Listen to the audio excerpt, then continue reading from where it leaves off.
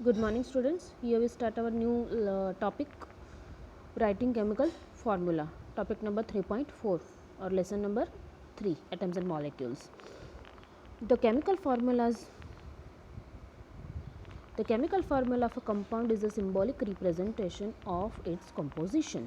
जैसे मैंने symbolic representation क्या होता है, जैसे मैंने लिख दिया NaCl, तो आपको कैसे पता चलेगा? तो आपको पता होना चाहिए कि सोडियम का सिंबल Na है और क्लोराइड का सिंबल Cl है, तो हम बोल सकते हैं इसको NaCl मतलब सोडियम क्लोराइड। तो एक सिंबॉलिक रिप्रेजेंटेशन हो गया किसका? सोडियम क्लोराइड का। तो वही हम समझने वाले हैं आज। तो please underline this 2 lines. Chemical composition क्या होता है जिसकी डेफिनेशन है यहाँ पे। The chemical formula of different compound can be written easily. आप इजीली सभी फार्मूला को लिख सकते हो। फॉर दिस, और उसके लिए आपको क्या चाहिए? For this exercise we need to learn the symbols and combining capacity of the element. Symbol आपको पता होना चाहिए और किसकी कंबाइनिंग कैपेसिटी कितनी है वो पता होनी चाहिए। और सिम्बॉल्स आप तो यहाँ पे देखो, जैसे एमोनिया है तो NH4 है, क्लोराइड है तो Cl है, ब्रोमाइड है तो Br है, ये उसके सिम्बॉल्स है। और जो कंबाइनिंग कैपेसिटी क्या होती है, तो देखो यहाँ पे कंबाइनिंग कैपेसिटी के लिए क्या दिया गया है, please underline. The combining power और capacity of an element is known its valency. उसकी वैलेंसी को हम बोलेंगे कंबाइनिंग कैपेसिटी। वैलेंसी को, अब वैलेंसी क्या होती है, मतलब इनडायरेक्टली कंबाइनिंग कैपेसिटी क्या होती है? Valency can be used to find how the atoms of an element will combine with the atoms of another element. एक एलिमेंट्स के कितने एटम्स दूसरे एलिमेंट के कितने एटम्स के साथ कंबाइन हो सकते हैं। फिर से, एक एलिमेंट्स के एटम्स दूसरे एलिमेंट के कितने एटम्स से कंबाइन हो सकते हैं, उसको बोलेंगे हम कंबाइनिंग कैपेसिटी और वैलेंसी। ओके, एक्चुअली वैलेंसी वाला जो टॉपिक है वो आप आगे जाके पढ़ने वाले हो, तो यहाँ पे आपको थोड़ा वो समझ में नहीं आएगा, लेकिन जितना है आप समझ लो उतना, क्योंकि यहाँ पे कुछ ज़्यादा दिया नहीं है। पर्सनली फील कि ये टॉपिक यहाँ पे एक्चुअली मतलब ये कॉम्पोजिशन का जो है ये टॉपिक यहाँ पे नहीं होना चाहिए। एनीवे यहाँ पे दिया है तो आपको लर्न तो करना ही पड़ेगा। तो इतना समझ लो कि कंबाइनिंग कैपेसिटी मतलब एक एलिमेंट्स का जो एटम होते हैं वो दूसरे एलिमेंट के कितने एटम के साथ कंबाइन हो सकते हैं, उसको बोलेंगे कंबाइनिंग कैपेसिटी और वैलेंसी। ओके ना, अब उसको समझना है कैसे वैलेंसी क्या होती है। अगर वो समझना है तो यहाँ पे देखो, एक आपको यहाँ पे एग्जांपल दिया गया है। जैसे ये वैलेंसी हैंड्स और आर्म के साथ उसको दिया गया है कि क्या समझ सकते हो आप। The valency of an atom of an element can be thought of as hands and arms. उसके वैलेंसी उसके हाथ हो सकता है, उसके आर्म्स हो सकते हैं, ऐसा बोला गया है। Human beings have 2 arms. देखो समझाया गया है यहाँ पे। ह्यूमन बींग्स के कितने हाथ होते, कितने आर्म्स होते? दो आर्म्स होते हैं। N octopus has 8। ह्यूमन्स के पास 2 आर्म्स होते हैं और ऑक्टोपस के पास 8 आर्म्स होते हैं। If one octopus has to catch and hold of a few people in such a manner that all 8 arms of the octopus and both arms of the human are locked। अगर एक octopus है उसके कितने arms हैं? 8 arms है। अगर वो ऐसे होल्ड कर रहे हैं, ऐसे होल्ड कर रहे हैं कोई चीज़ को, तो वो कितने मैक्सिमम 8 आर्म से कितनी चीज़ को होल्ड कर सकता है? देखो ये 2 ऑक्टोपस के हैं आर्म्स, 2 यहाँ पे मैं ड्रॉ कर रही हूँ। ये 1 मतलब ये 4 आर्म्स यहाँ पे आ गए, ये 6 और ये 8 आर्म्स आ गए। तो यहाँ से 1 2 3 4 मतलब मैक्सिमम कितने को होल्ड कर सकता है? 8 आर्म्स वाला जो ऑक्टोपस है वो 4 थिंग्स को होल्ड कर सकता है। ठीक है, तो उसके जो भी 8 आर्म्स है वो लॉक्ड हो गए, मतलब वो बिजी हो गए होल्ड करने में। और अगर ह्यूमन से तो उसके तो कितने आर्म्स है? 2 ही आर्म्स है और वो एक ही चीज़ को होल्ड कर सकता है। समझ में आया? तो अगर मैं यहाँ पे ऐसा लिख दूँ, humans can hold 1 thing and octopus can hold 8 things, sorry 4 things, तो ये हमें क्या करना है? क्रॉस मल्टीप्लिकेशन करना है। बराबर समझ लो।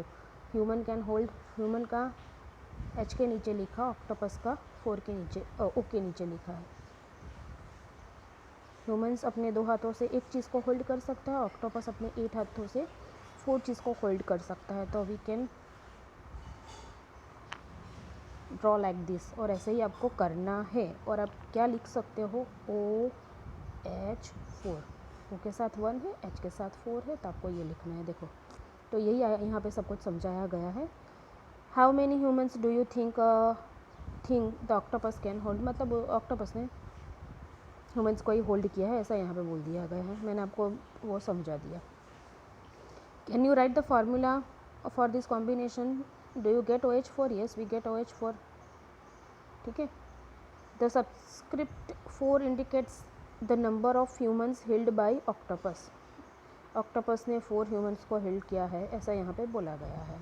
The valencies of some common ions are given in table 3.6, we will learn to more about valency in the next chapter. देखो वैलेंसी वाला नेक्स्ट चैप्टर में, तो आपको यहाँ पे फर्स्ट ऑफ ऑल ये समझ में आना चाहिए कि किसकी कितनी वैलेंसी है। देखो ये सब 1 वैलेंसी वाले हैं, पोटेशियम हो, सिल्वर हो, कॉपर हो, यहाँ पे हाइड्रोजन हो, हाइड्राइड हो, क्योंकि यहाँ पे देखो प्लस माइनस है, सिर्फ प्लस हो ऊपर, Na प्लस हो, Ag प्लस हो, तो इसकी वैलेंसी 1 है, ऐसा समझ। यहाँ पे कुछ नहीं है तो 1 है। देखो ये 2 वाली वैलेंसी वाले और ये नीचे वाले 3 है, तो ये आपको सब याद रखना पड़ेगा, ठीक है।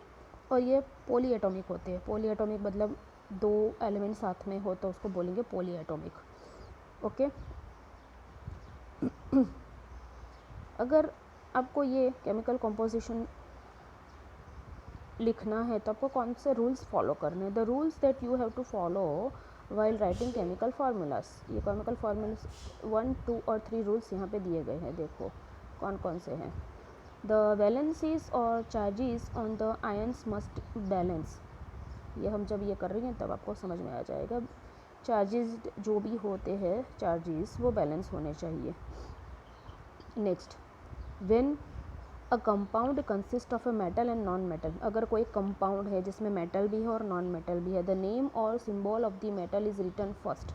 जो मेटल है वो उसको पहले लिखेंगे, मतलब लेफ्ट हैंड साइड पे आएगा। फॉर एग्जांपल कैल्शियम ऑक्साइड, देखो कैल्शियम ऑक्साइड में कैल्शियम क्या है, मेटल है, और ऑक्साइड क्या है, नॉन मेटल है, तो हम लेफ्ट हैंड साइड पे Ca और राइट हैंड साइड पे O लिखेंगे तो बन जाएगा कैल्शियम ऑक्साइड। तो ये सिंबॉलिक फॉर्म हो गया यहाँ पे। देखो सोडियम क्लोराइड, सोडियम क्या होता है, मेटल, और Cl क्या होता है, नॉन मेटल। यहाँ पे दूसरा भी एग्जांपल दिया गया है, आयरन सल्फेट, कॉपर ऑक्साइड, तो सभी में मेटल फर्स्ट है ये, और non metal right hand side है। तो ये ऐसा आपको लिखना है। Where oxygen and chloride sulphur are non metals and we written on the right, whereas calcium, sodium, iron and copper are metals are written on the left, ठीक है। तो ये एक रूल्स फॉलो करना है, एक रूल फॉलो करना है आपको। In compounds formed with polyatomic ions, देखो NH4 वाला मैंने बोला ना पॉली एटॉमिक है, तो NH4 वो पॉली एटॉमिक है। The ions is enclosed in a bracket before return the number two indicate the ratio, तो आपको ऐसे करना पड़ेगा यहाँ पे ब्रैकेट, जब पॉली एटॉमिक हो ना तो आपको ब्रैकेट लगाना है। वो भी हम आगे फार्मूला जब बनाएंगे तो आपको पता चल जाएगा, don't worry. In compound found with poly ions, the ions is enclosed in a bracket before writing the number to indicate the ratio. In case the number of polyatomic ion is 1, the bracket is not required. अगर polyatomic में NaOH for example, देखो यहाँ पे NaOH है तो यहाँ पे कोई भी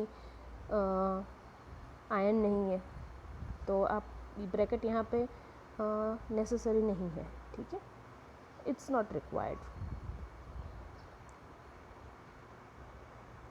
now next topic is formula of simple compounds. तो ये सब फार्मूला यहाँ पे हम देखने वाले हैं, वो नेक्स्ट वीडियो में देखेंगे। इन शॉर्ट अगर आपको ये सभी कुछ लिखना है तो आपको ये रूल्स फॉलो करने होंगे। पहले क्या होगा, आयन और जो चार्जेस होते हैं तो वो बैलेंस होने चाहिए। सेकंड में हमने क्या देखा, मेटल को फर्स्ट लिखना है, नॉन मेटल को सेकंड में लिखना है, मतलब राइट हैंड साइड लिखना है। और अगर पॉलीएटॉमिक आयन है तो आपको क्या निकालना है, ब्रैकेट निकालना है। ओके, तो ये 3 आपको आई होप समझ में आ गया होगा। नेक्स्ट वीडियो में हम देखेंगे टॉपिक नंबर 3.4.1। Thank you.